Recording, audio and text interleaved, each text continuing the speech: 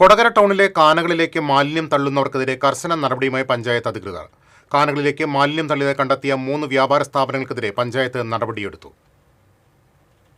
കഴിഞ്ഞ 2 പതിറ്റാണ്ടിനിടെ ഇതാദ്യമായാണ് കൊടകര ടൗണിലെ കാനകൾ തുറന്ന് വൃത്തിയാക്കുന്ന പ്രവർത്തനങ്ങൾ പഞ്ചായത്തിന്റെ നേതൃത്വത്തിൽ സംഘടിപ്പിച്ചത്. താലൂക്ക് വികസന സമിതി യോഗത്തിൽ പഞ്ചായത്ത് പ്രസിഡന്റ് ജോയ് നെല്ലിശ്ശേരി ആവശ്യപ്പെട്ടതിന്റെ അടിസ്ഥാനത്തിലാണ് ടൗണിലെ കാനകൾ ശുചീകരിക്കാൻ നടപടിയുണ്ടായത്. പൊതുമരാമത്ത് വകുപ്പാണ് ഈ പ്രവൃത്തി നടത്തേണ്ടതെങ്കിലും പ്രത്യേക സാഹചര്യത്തിൽ പഞ്ചായത്ത് ഈ ദൗത്യം ഏറ്റെടുക്കുകയായിരുന്നു. സ്കൂൾ തുറക്കുന്ന സമയമായതിനാൽ പകൽ സമയത്ത് കാനകളുടെ കോൺക്രീറ്റ് സ്ലാബ് നീക്കി ശുചീകരണം നടത്തുന്നത് കച്ചവടക്കാർക്കും പൊതുജനങ്ങൾക്കും ബുദ്ധിമുട്ട് സൃഷ്ടിക്കുന്നത് കണക്കിലെടുത്ത് രാത്രിയിലാണ് കഴിഞ്ഞ ദിവസങ്ങളിൽ ശുചീകരണം നടത്തിയത്. ശുചീകരണ പ്രവർത്തനങ്ങൾക്കിടയിലാണ് ചില ഭക്ഷണശാലകളിൽ നിന്നുള്ള മാലിന്യം പൈപ്പ് വഴി കാനകളിലേക്ക് ഒഴുക്കുന്നതായി കണ്ടെത്തിയത്.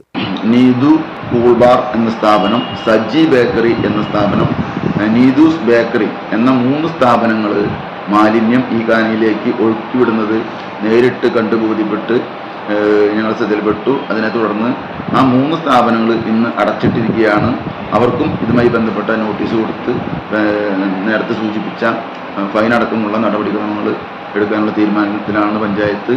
എന്തായാലും ഈ കാനയിലേക്ക് PWD ഓടയിലേക്ക് മാലിന്യം ഒഴുക്കുന്ന സ്ഥാപനങ്ങൾ ആരായാലും ഗ്രാമപഞ്ചായത്തിനെ സംബന്ധിച്ചിടത്തോളം മുഖം നോക്കാതെ കർശന നടപടിയുമായിട്ട് മുന്നോട്ട് ഗ്രാമപഞ്ചായത്ത് പോകും. കാനയിലേക്ക് മാലിന്യം തള്ളിയതായി കണ്ടെത്തിയ 3 സ്ഥാപനങ്ങൾക്ക് 500,000 രൂപ വീതം പിഴയടയ്ക്കാൻ അധികൃതർ നോട്ടീസ് നൽകി. വരും ദിവസങ്ങളിലും പരിശോധന തുടരുമെന്നും മാലിന്യം തള്ളുന്നവർക്കെതിരെ കർശന നടപടിയുമായി മുന്നോട്ടു പോകുമെന്നും പഞ്ചായത്ത് പ്രസിഡന്റ് അറിയിച്ചു.